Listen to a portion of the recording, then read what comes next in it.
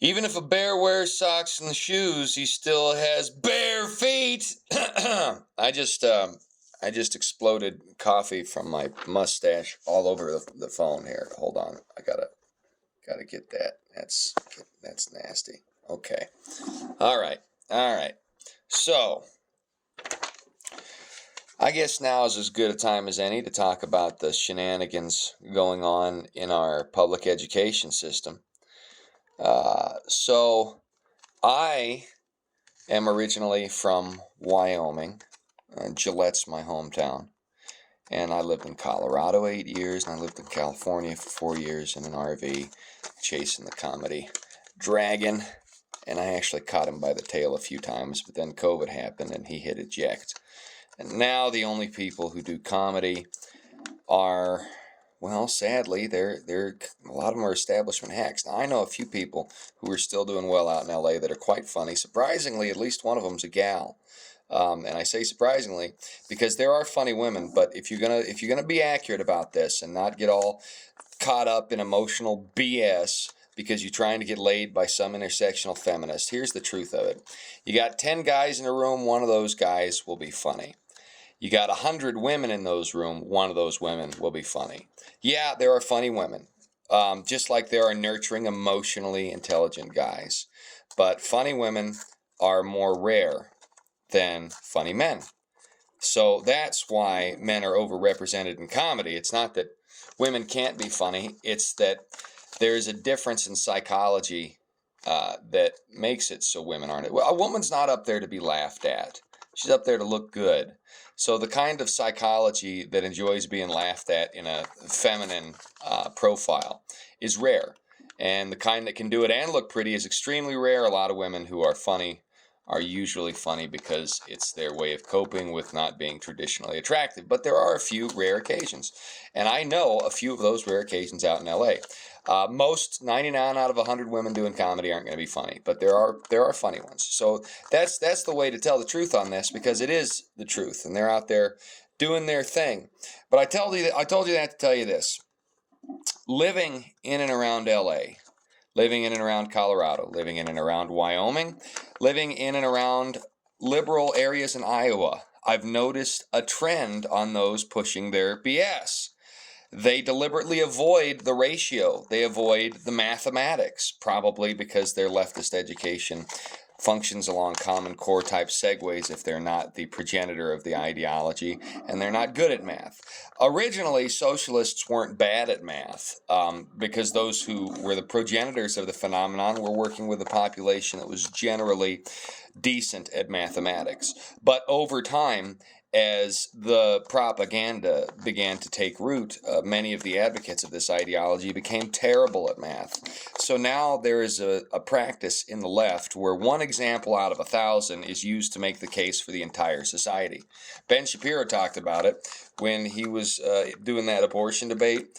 And the gal's like, yeah, well, what about the girl who gets raped into AIDS by her brother's uncle's sister's roommate? And Ben Shapiro's like, great, yeah, just take the 1 out of 1 billion scenario. Yeah, and use that to justify the entire abortion thing and 1 million babies a year. And he's establishment, but he was right about that. And he pointed out exactly where the emperor was wearing no clothes. Emotional arguments use one anecdotal case to make a statistical argument for the entire population, and they trust in the stupidity of the general population so that they can get away with their chicanery. And they've been doing it successfully for a while because we have been deliberately dumbed down. And part of the reason we've been deliberately dumbed down is even at the local level in our libraries, rather than literary merit, librarians who have nothing to live for and have basically wasted their lives when the computers came along and do the job they do, it does the job they do much better. They're trying to justify themselves. Now, some librarians are good, and they know what's going down in Chinatown, and they do the right thing anyway. Most of them are pseudo-intellectual hacks who are in a low-wage job and are finding a way to justify the mistakes they've made in life over the long term. I mean, I know people that'll work in a library for decades, and there's not a lot of prospect for advancing themselves. And they're not doing work that's been meaningful since about the 90s. So they're stagnating and looking for meaning and leftist. So what does that mean? They bring in all the occult tranny stuff and think they're being progressive. They're not actually being progressive. Look at that weird little triangle shape I just accidentally made. What they're being is, well, you ever see somebody in a midlife crisis? That's kind of what's going on with a lot of these librarians.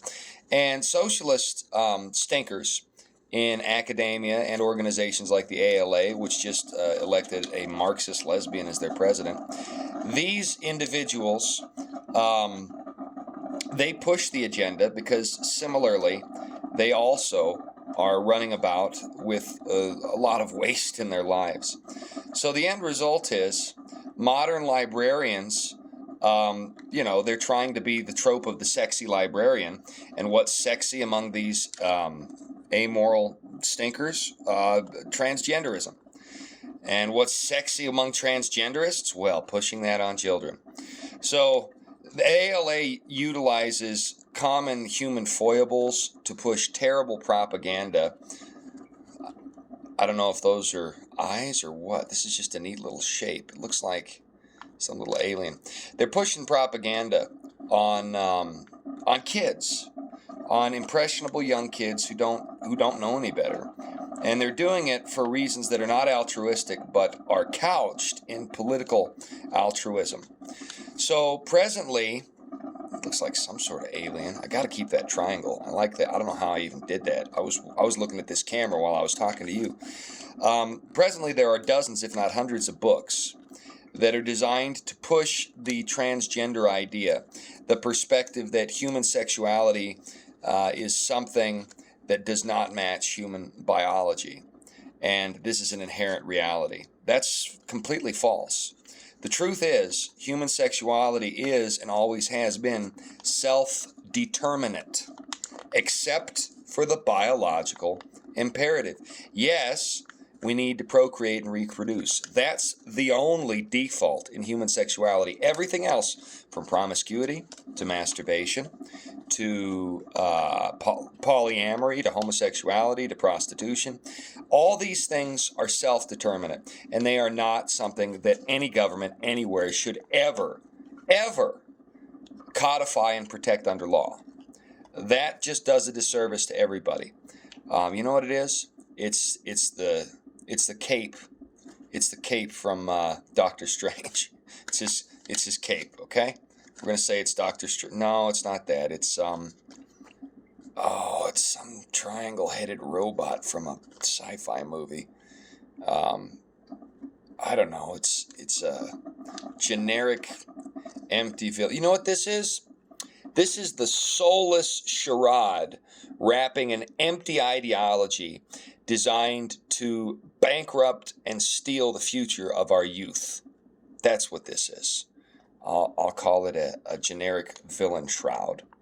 But yeah, human sexuality is self-determinate. Anne Hesh is not a scientific miracle because she decided to quit being gay and marry a man. Okay? She's just not. And she's just the most easy example I can think of, but I know half a dozen people personally who I wouldn't oust them just because, they wouldn't appreciate it. That's going on in your library. Librarians are pushing smut on children, and it's the worst stuff. So look into it. You need to do something about it because it's not going to go away if we do nothing.